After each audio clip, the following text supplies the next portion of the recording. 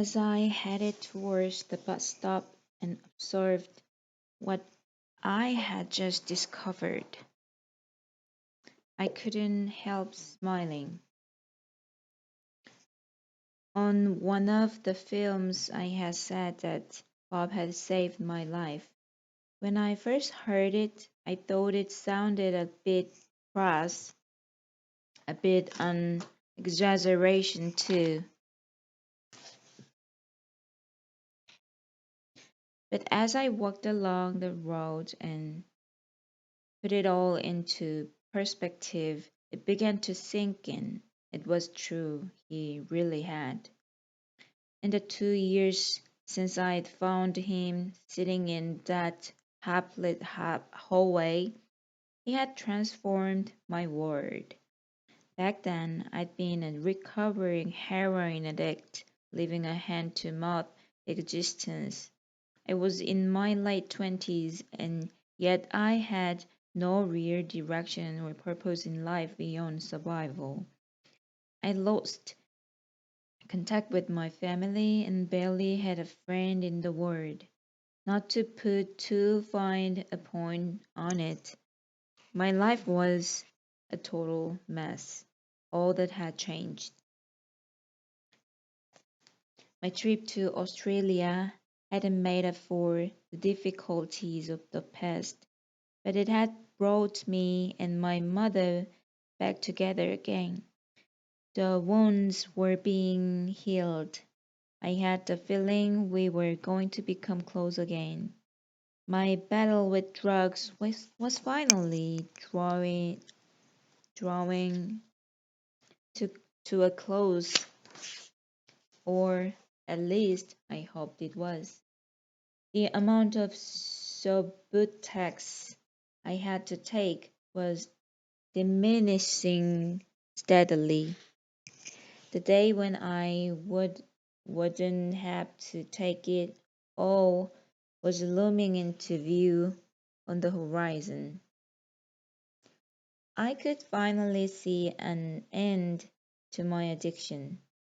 There had been times when I'd never imagined that was possible. Most of all, I'd finally laid down some root. It might not have seemed much to most people, but my little flat in Tottenham had given me the kind of security and stability that I'd always secretly craved. I'd never lived for so long in the same place, almost 2.5 years. There was no doubt in my mind that it would not have happened if it hadn't been for Bob. I was raised as a church goer, but I wasn't a practicing Christian. I wasn't an agnostic or atheist either. My view is that we should all take a bit from every religion and philosophy. I'm not a Buddhist, but I like Buddhist philosophies in particular. They give you a very good structure that you can build your life around. For instance, I definitely believe in karma, the idea that what goes around comes around. I wondered whether Bob was my reward for having done something good somewhere in my troubled life. I also wondered sometimes whether Bob and I had known each other in a previous life. The way we bonded together, the instant connection that we made, that was very unusual. Someone said to me once that we were the the reincarnation of Dick Whittington and his cat, except the roles had been reversed this time around. Dick Whittington had come back as Bob, as I was his companion. I didn't have a problem with that. I was happy to think of him in that way. Bob is my best mate and the one who has guided me towards a different and a better, way of life.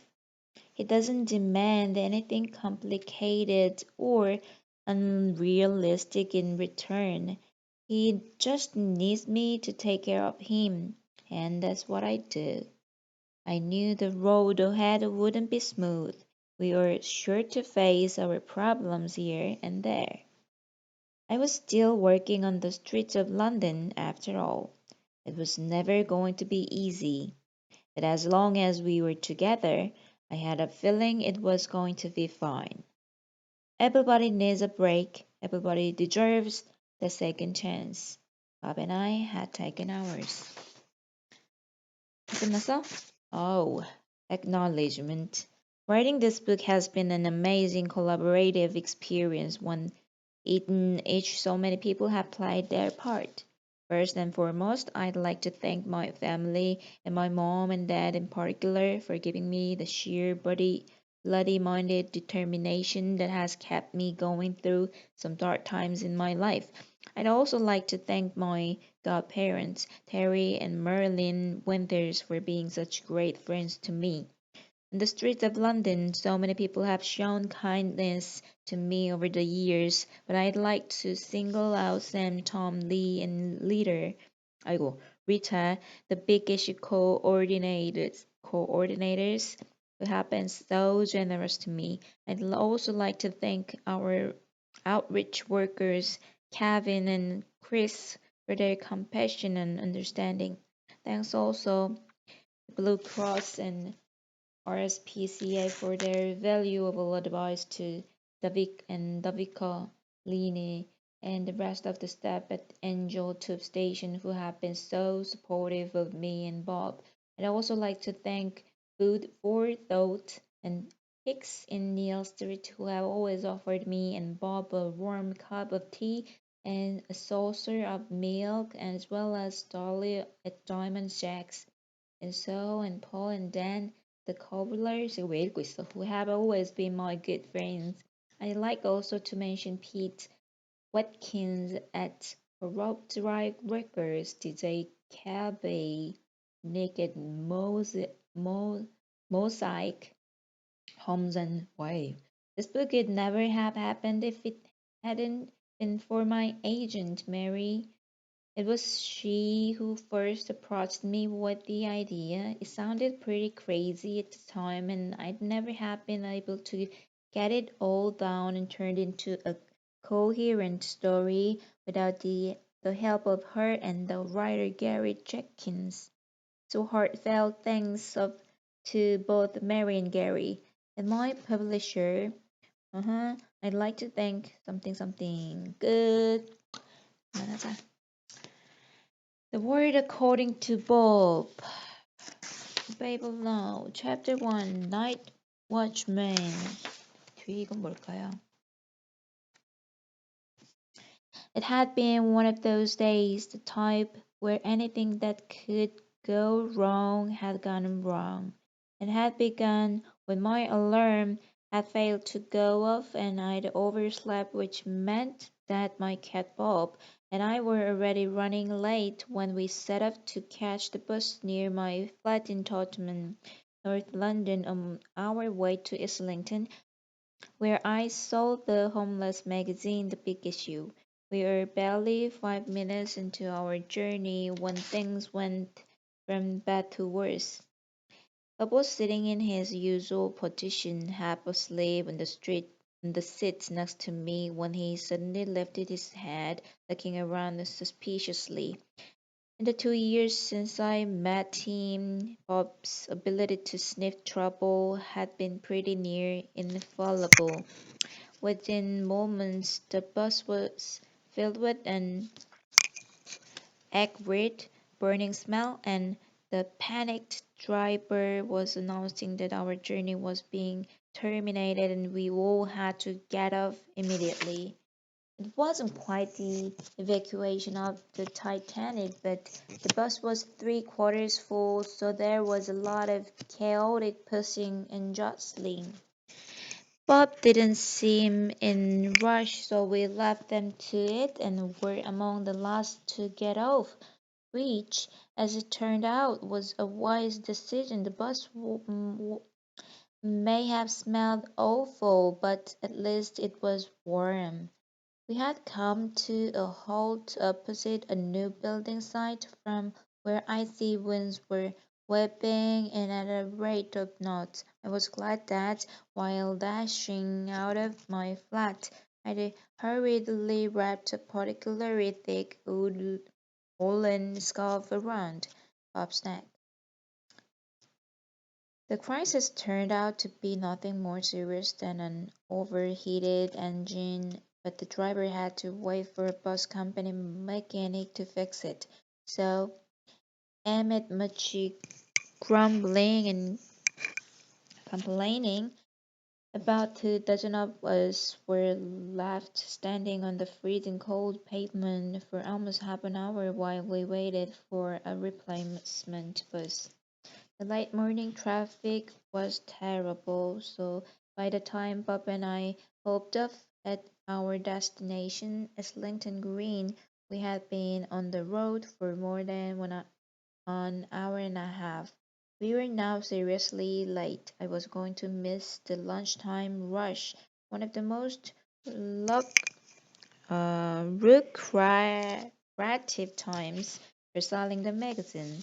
As usual, the 5 minutes walk to our pitch at Angel Tube Station was a stop-start affair, though it always was when I had Bob with me.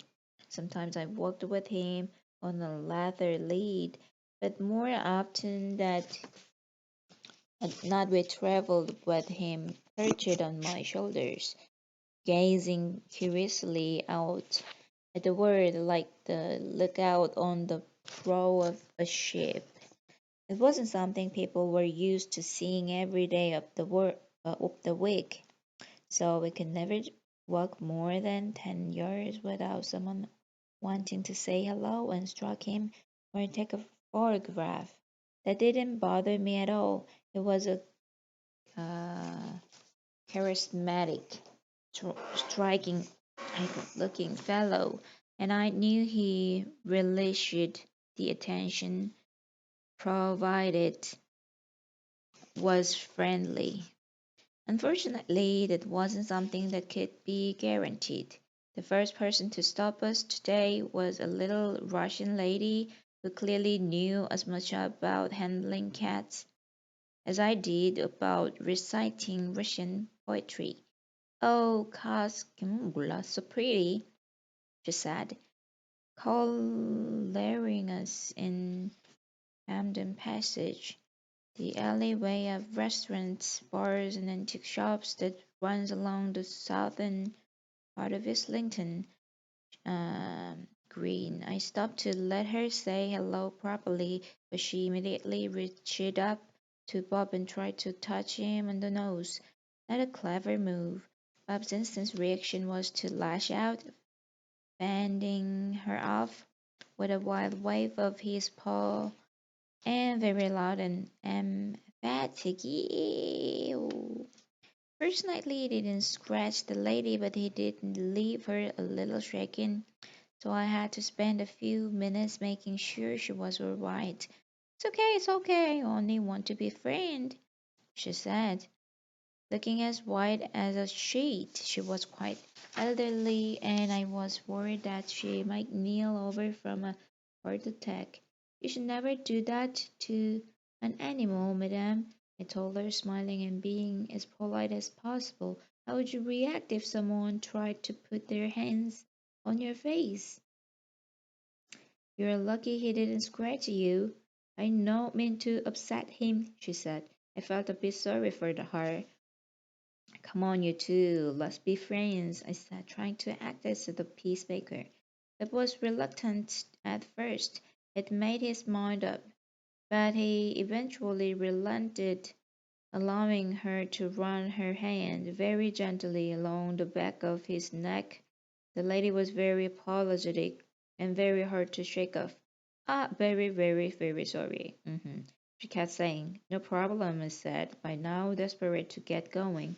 When finally extricated over ourselves and got to the tube station. I put my rucksack on the pavement so that Bob could spread out on it. Our regular routine. Then started laying out the stack of magazines I'd bought from the local The Big Issue coordinator on Islington Green the previous day. I'd set myself a target of selling at least a couple of dozen today because, as usual, I needed the money. I was soon being frustrated again. Omnibus, steely clouds have been hovering above London since mid-morning, and before I'd managed to sell a single magazine, the heavens opened, forcing Bob and me to take shelter a few yards away from our pitch in an underpass near a bank and some office building. Bob is resilient creature, but he really hates the rain, especially when it was of the freezing cold variety like today. He almost seemed to shrink in it. His bright marmalade colored coat also seemed to turn a little bit grayer and less noticeable. Unsurprisingly, fewer people than usual stopped to make a fuss over him, so I sold fewer magazines than usual too. But the rain showing no sign of relenting, Bob was soon making it clear that he didn't want to hang around. He kept shooting me withering looks and, like some kind of ginger hedgy dog, scrunched himself up into a ball. I got the message, but knew the reality. The weekend was approaching, and I needed to make enough money to keep us both going. But my stack of magazines was still as thick as when I arrived. As if the day wasn't going badly enough, midway through the afternoon, a young, uniformed police officer started giving me a grief. It wasn't the first time, and I knew it wasn't be the last, but I really didn't need the hassle today. I knew the law. I was perfectly entitled to sell magazines here, but I had my registered vendor ID, and unless I was causing a public nuisance, I could sell magazines at the spot from dawn till dusk.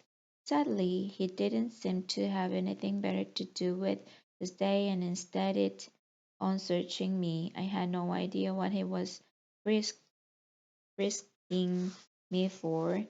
Presumably, drugs were a dangerous weapon, but he found neither. He wasn't too pleased about that, so he resorted to asking questions about Bob. I explained that he was legally registered to me and was microchipped. It seemed to worsen his mood even more, and he walked off with a look almost as grim as the weather. I'd preserved for a few more hours, but by early evening, when the office workers had gone home and the streets were beginning to fill with drinkers and keys looking for trouble, I decided to call it quits. I felt deflated. I'd barely sold 10 magazines and collected only a fraction of what I'd normally expect to make. I spent long enough living off tins of reduced price beans and even cheaper loaves of bread to know that I wouldn't starve. I had enough money to top up the gas and electric meters and buy a meal or two for Bob as well, but it meant I'd probably need to head out to work again over the weekend. Sometimes, I don't know, something I really hadn't wanted to do, mainly because there wasn't more rain forecast and I'd been feeling under the weather myself. As I sat on the bus home, I could feel the first signs of flu shipping my into my bones. I was itching and having hot flushes. Great, that's all I need, I thought. easing myself deep into my bus seat and settling down to a nap. By now, the sky had turned an inky black, and the street lights were on full blaze.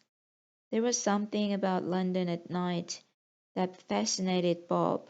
As I drifted in and out of sleep, he sat there staring out of the window, lost in his own world. The traffic back to Tottenham was just as bad as it had been in the morning, and the bus could only crawl along at a snail's pace. Somewhere past Newington Green, I must have dropped off to sleep completely. I was woken by the sensation of something lightly tapping me on the leg and the feeling of whiskers brushing against my cheek. I opened my eyes to see Bob with his face close to mine, patting me on the knee with his paw. "What is it?" I said, slightly grumpily. Grum- grumpily. He just tilted his head as if pointing towards the point of front of the bus. He then started making a move of the seat towards the aisle, throwing me slightly concerned glances as he did so.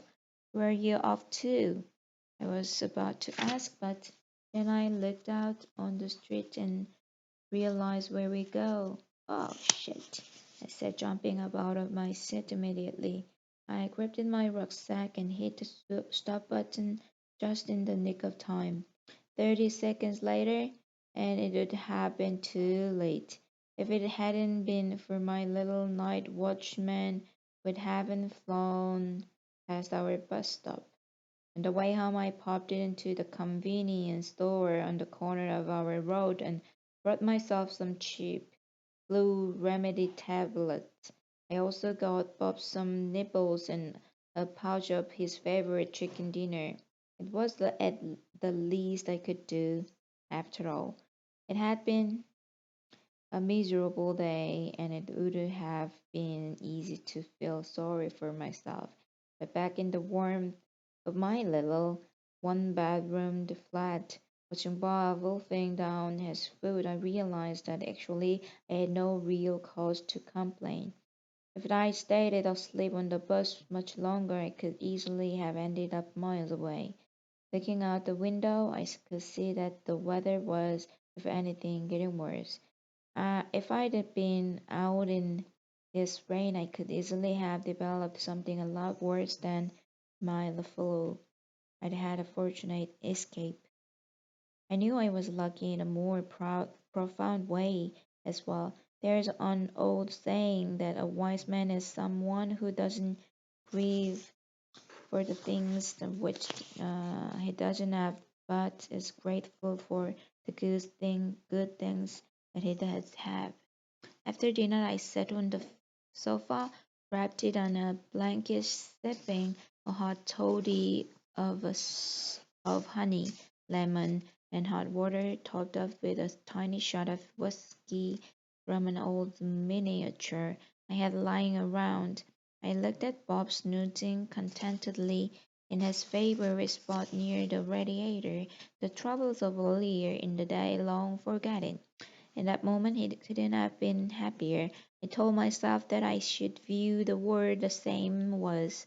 At this moment in my life, there were so many good things for which I had to be grateful.